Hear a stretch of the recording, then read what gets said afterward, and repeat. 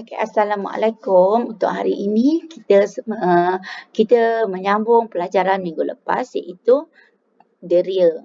Okey, cuba lihat gambar yang cikgu tunjukkan di sini iaitu gambar bekalan elektrik terputus. Linda tidak dapat melihat di dalam gelap.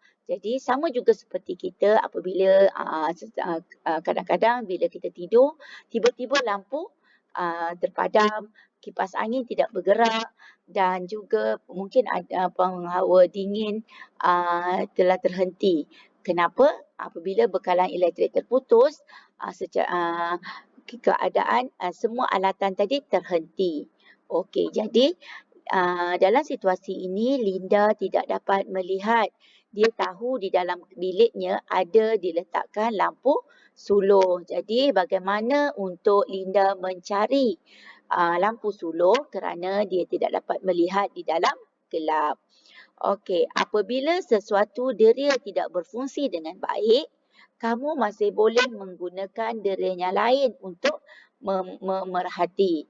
Okey, di sini maknanya untuk memerhati kita menggunakan 5 deria iaitu mata untuk melihat, telinga untuk mendengar, hidung untuk menghidu, lidah untuk merasa dan kulit untuk menyentuh. Jadi apabila sesuatu deria kita tidak berfungsi dengan baik, kita boleh gantikan dengan deria yang lain. Okey, cuba bagaimanakah caranya untuk kita bantu Linda supaya dia dapat mencari lampu sulurnya di atas meja. Okey, Linda perlu menggunakan deria sentuhan dia iaitu tangannya untuk meraba-raba ke atas meja untuk mendapatkan lampu sulur. Okey, begitu juga dengan kita. Kalau kita tak dapat melihat di waktu keadaan seperti Linda, kita pun perlu menggunakan deria sentuhan. Kerana di bilik kita dah tahu dah, kita dah memang ingat di mana meja, di mana pintu, jadi kita boleh meraba keadaan itu. Okey, meraba-raba di dalam situasi yang gelap. Begitulah keadaan bagaimana seseorang yang mengalami masalah penglihatan orang. Contohnya orang buta. Bagaimana mereka nak melintas jalan, bagaimana mereka nak menjalani kehidupan seharian mereka. Sebab itu, kita tak boleh ejek orang lain dan juga apa yang perlu kita buat, bantulah mereka. Okey, yang seterusnya.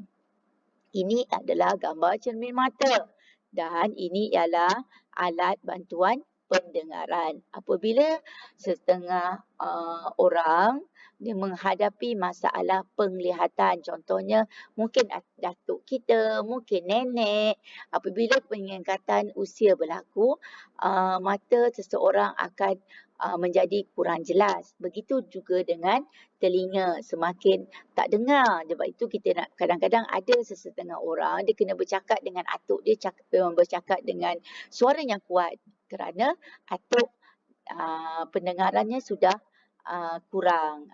Jadi selain itu mata tidak semestinya orang tua. Jika kita tidak pandai menjaga mata, mata kita pun boleh jadi rosak. Contohnya Cikgu Aulia kan pakai cermin mata. Kenapa? Sebab mungkin dulu waktu Cikgu Aulia kecil suka tengok TV dekat-dekat ataupun suka baca buku dalam gelap. Jadi cikgu menghadapi masalah penglihatan. Untuk membantu mengatasi masalah ini, sebab itulah cikgu pakai cermin mata. Jadi untuk kamu semua yang masih kecil, jaga mata, jangan main telefon banyak-banyak, nanti mata kita cepat rosak. Okey, untuk alat bantuan pendengaran pun begitu. Untuk seorang yang menghadapi masalah pendengaran, dia akan menggunakan alat bantuan pendengaran dan yang diletakkan di telinga. Okey, untuk tajuk ini selepas ini kita akan membuat latihan di buku aktiviti. Cuba buka di muka surat 27 dan kita cuba jawab bersama-sama. Warnakan kotak deria yang boleh digunakan dalam situasi berikut. situasi satu ni sama seperti Linda tadi. Okey, kawan kita ni tak nak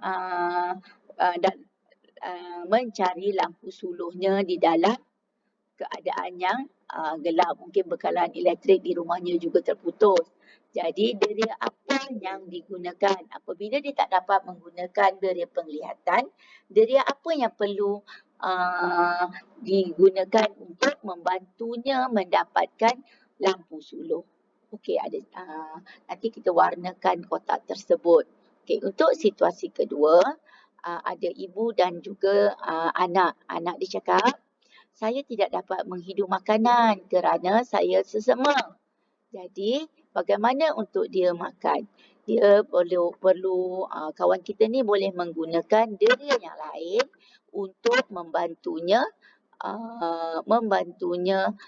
makan. Okey, di sini ada deria penglihatan, deria rasa, deria bau dan deria sentuhan. Okey, warnakan deria yang diperlukan untuk membantu kawan kita ni makan.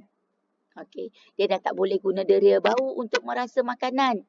Jadi, apa yang dia boleh gunakan, deria lain yang digunakan untuk membantunya. Okey, jika kamu rasa derianya boleh warna lebih daripada satu deria. Okey, seterusnya buku muka surat 28. Okey. Kita baca dulu apa masalah, apa arahannya. Okey, Alia tidak dapat melihat objek dengan jelas, objek yang jauh dengan jelas. Ibunya, Puan Fatimah, membawa Alia berjumpa dengan doktor mata. Okey, bagaimana? Ini adalah situasi ataupun keadaan di dalam klinik mata. Okey, dia akan ada. Jadi, bagaimana keadaan mata anak saya, doktor? Tanya Puan Fatimah pada doktor. Jadi, apakah masalah yang dihadapi oleh Alia? Ya, kamu tulis di sini jawapannya ya. Yang kedua, soalannya, apakah deria yang tidak berfungsi dengan baik pada Alia? Okay, ada 5 deria. Deria apakah yang tidak berfungsi dengan baik? Jadi yang ketiga, apakah alat yang dapat membantu Alia mengatasi masalahnya? Baru je kita belajar tadi. Jadi itu sahaja untuk hari ini. So, selesaikan latihan di muka surat 27 dan 28. Sekian, terima kasih.